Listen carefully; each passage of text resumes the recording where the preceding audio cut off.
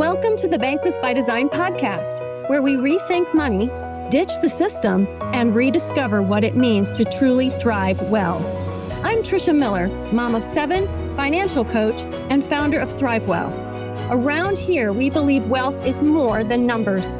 It's about freedom, stewardship, and building a legacy that lasts. If you're ready to challenge the norm and take back control of your financial life, you're in the right place. Hello, and welcome back to the podcast. Thank you so much for joining me. Today, I want to talk to you about how to get started with the infinite banking concept. And in particular, I want to make sure that if you have found this interesting, the more you've heard about the infinite banking concept, that you actually get started on the right foot. Because unfortunately, I have seen too many times that people get started and they do it wrong, and it is costly and just a sad mistake. So let's first talk about one of the things that I think is key for you getting started, and that is the right mindset. Now, it's important that we have the right mindset about money in any context, right? Mindset matters. How we think about money makes a big difference in how we handle money. But for Nelson Nash in Becoming Your Own Banker, it's particularly important. He's always talking about rethinking your thinking. And in part, this is because the concept is one that is actually not new. It's a very old concept, but it's new to us. It's a concept that's been a bit forgotten, or it's a concept that has been known mostly by the wealthy. And so it's not something that is what we would consider conventional or typical. And yet it's actually more traditional. So think about that for a second. But because it's not something that everyone is doing, it takes a little bit of a mindset shift. It's an entire actual paradigm shift about how we think about money in order to do so. So I'm going to start in the very beginning with a little scripture verse that Nelson has chosen to put at the top of page 17 in his book, Becoming Your Own Banker. And it's in the section about the problem. And on a previous episode, I went over what the problem is with our financial situation. Of course, that's what he does in that chapter. But I remember the first few times I read his book, I would see a little verse sitting there and think to myself, like, why is that sitting there? Because he never talks about it. He just puts it there. And I've come to realize that that's actually Nelson's clever way of creating an invitation for you to go and look it up and discover what it is. What's the reason he actually put that in his text? So I did just that a couple of years ago, and I'm going to share a little bit about that with you now. So the actual verse in the book is simply John 5:6. When Jesus saw him lying there and learned that he had been in this condition for a long time, he asked him, "Do you want to get well?" So I thought, well, that's interesting. That's just sitting there. What is the context behind that? So when you look up John chapter 5, you find that the context is that if you go back to verse 2, and I'm going to read you just a little bit, it says, "Now there in Jerusalem near the sheep gate, a pool with 5 covered colonnades, which in Hebrew is called Bethesda. On these walkways lay a great number of the sick, the blind, the lame, and the paralyzed. One man there had been an invalid for 38 years. When Jesus saw him lying there and realized that he had spent a long time in this condition, he asked him, 'Do you want to get well?' 'Sir,' the invalid replied, 'I have no one to help me into the pool. When the water is stirred, while I'm on my way, someone else goes in before me.' Then Jesus told him, 'Get up, pick up your mat, and walk.' And immediately the man was well, and he picked up his mat and began to walk." Now, obviously, the scriptures has a deeper meaning in that the man was dependent upon getting into the water for his healing. And when Jesus shows up, all he had to do was believe what Jesus said. It wasn't about the water. It was about the healer, the one who made him in the first place that could make him well. So I don't want to discount what the scripture's original intention is with this. But when I look at it and I go, what is Nelson's intention with putting it in this book about finances and the problem that we have with our finances. I think it's very interesting because if you recall, in the beginning of this story in John chapter 5, he says, there was a great number of sick. So a lot of people, sick people, blind people, lame and paralyzed, all hanging around this pool, waiting for the waters to be stirred. Because apparently there's some kind of tradition here, or maybe history, the Bible doesn't really tell us, where if they got down into the water, the first person to get there after the waters have been stirred, of course, they never know when the angel of the Lord is going to come and stir the waters. So they have to be ready, right? They don't dare go somewhere else. They might miss it. And only one person can succeed because it's only the first person after the waters get stirred. So this is the tradition. This is what they believe. This is the mindset of this whole multitude of people. And so he's looking for someone, even said, I haven't had anybody to carry me into the waters. So he's kind of desperate. And think about what in the world it must have been like. Can you even imagine putting yourself in his shoes, laying there for 38 years? That's a lifetime of just waiting and hoping that maybe one day, someday, his ship will come in, right? I mean, one day, someday, maybe somebody will come and help me get into these waters that I might be healed. What a sad situation. And so I have to ask myself, what was Nelson trying to tell us? Is that what we're doing? Do we all have a bit of group think?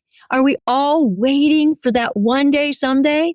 Are we all hoping that someday something's going to happen special to us? And maybe if we're really lucky, oh, but then only one of us can. So there's this scarcity mindset in there too, right? It's not like we can all get well at the same time. So we don't have this abundance mindset. We have a scarcity mindset. If I do, you don't. Well, all of that needs to shift if we're going to consider the infinite banking concept, because the conventional, that traditional thinking that this is going to be the solution, maybe that's the problem in the first place. We all just want to do what everybody else is doing, and we never stop to question if it's not working for them. Why do we think that doing the same thing over and over without better results is going to result in anything better for us? It's a little bit of the definition of insanity, right? So this is a call, I believe, from Nelson to say, wait a minute, I need to reevaluate everything I think I've been told. What is it that I really believe? Why do I believe this? What have I taken a step back to say, is there another possibility?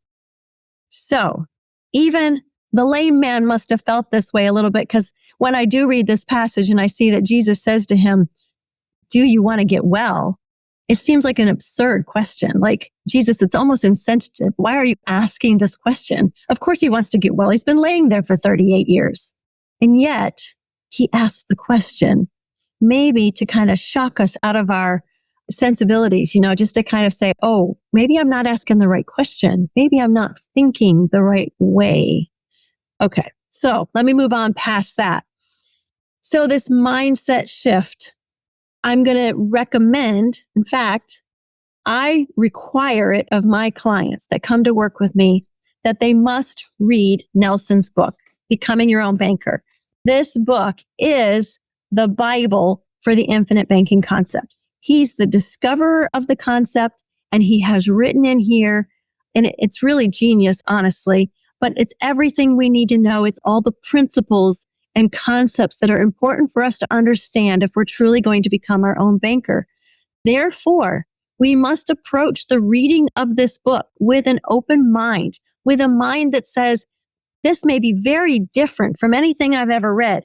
This may be very different from what the conventional, typical wisdom today has taught me, but I'm going to come to it and I'm going to give it an opportunity to hear it out, to think it through.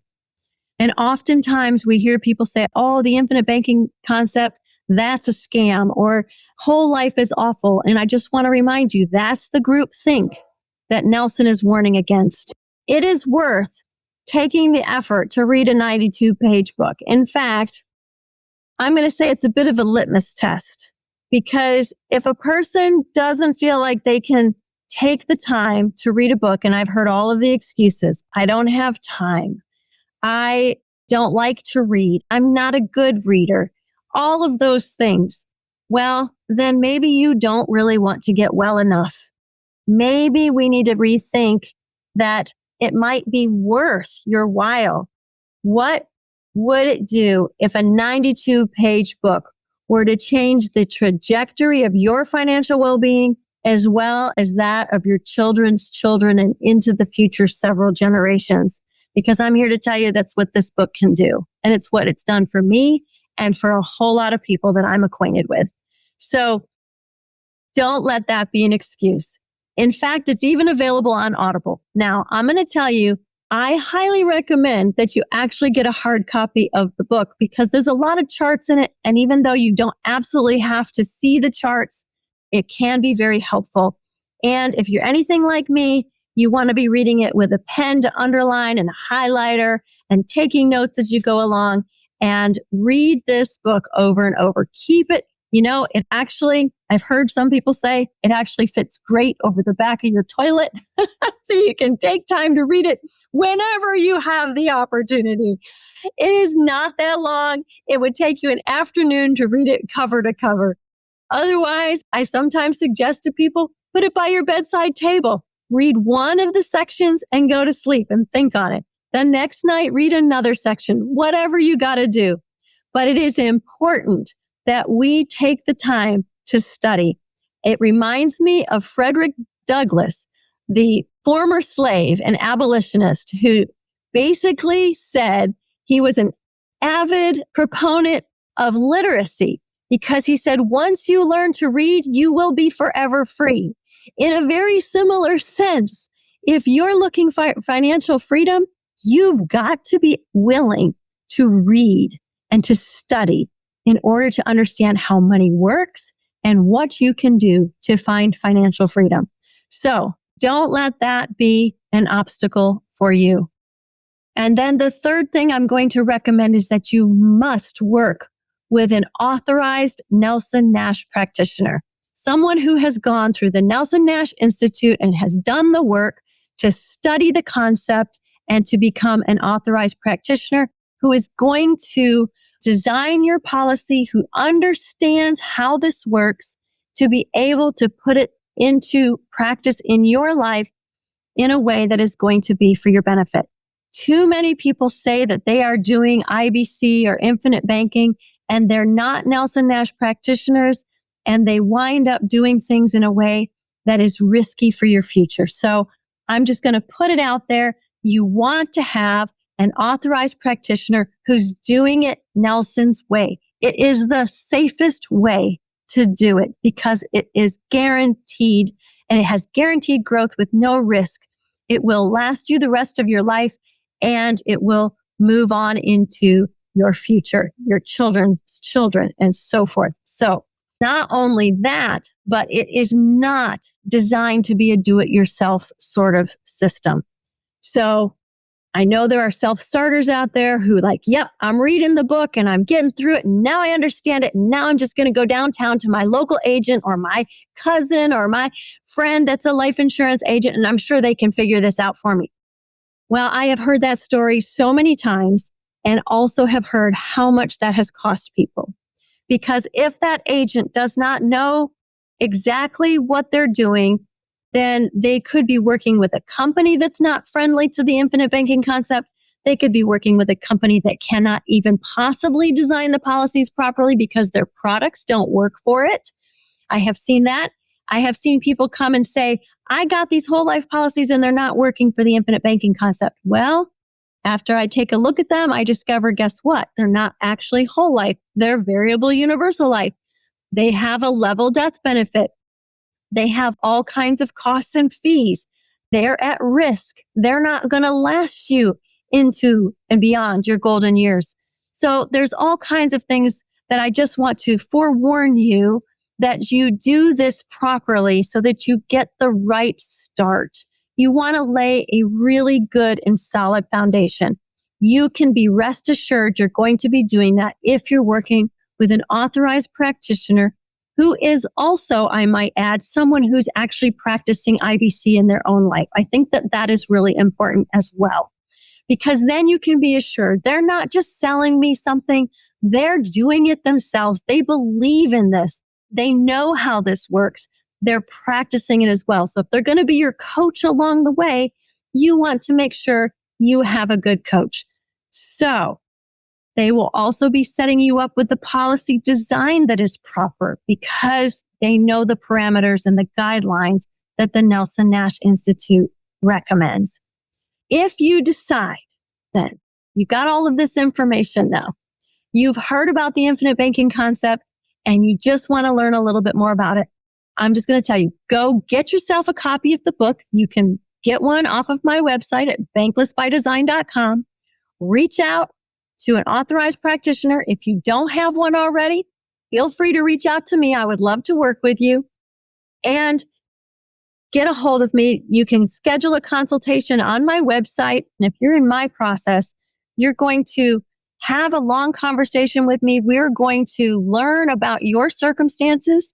Primarily, I want to know, what are your goals? What is it you want to accomplish? What are your dreams? Are you a business owner? Are you a W-2 employee? Do you have family? Do you have children, grandchildren? How old are you? And all of that fits into what kind of design, what is going to work best for you to last long into your future. So if you're interested, please don't hesitate to reach out to me. And I hope that this podcast in particular will at the very least help you to avoid some pitfalls people have fallen into, and also encourage you to get started, but get started on the right foot. Because when is the best time to plant a tree? 20 years ago, right? When's the next best time? Today. So don't delay. Get started. Get yourself a copy of that book and start reading. Start doing the self-study. Do the work that it requires, because the payoff is so amazing down the road. And that time is going to go by anyways. You might as well be making something of it. And I know a final question a lot of people have on their minds is, don't I have to be wealthy in order to become my own banker? And the answer is no, absolutely not. I certainly wasn't wealthy to become my own banker. And all it takes is some discipline and a little something to get started. So I will say, if you're living paycheck to paycheck so super tight that you have nothing left over, you have no savings whatsoever, then perhaps we need to get our personal finance a little bit under control first. But still reach out, because you never know. Sometimes we can find dollars that you're not realizing are available to you. And we just have to get some discipline and get started, even with a small amount. And that's totally fine. It is much better to start than it is to delay and never get started at all. Start with something small if you must. That's okay. All right. I hope that this is helpful to you. I hope that you find that this helps you avoid some pitfalls. And until next time, you have a great week. Thank you so much for joining me. Thanks for tuning in to the Bankless by Design podcast, where we're done with the system and we're doing money differently. Be sure to subscribe, share this episode with someone who needs it, and visit us at banklessbydesign.com to learn how you can start living bankless by design.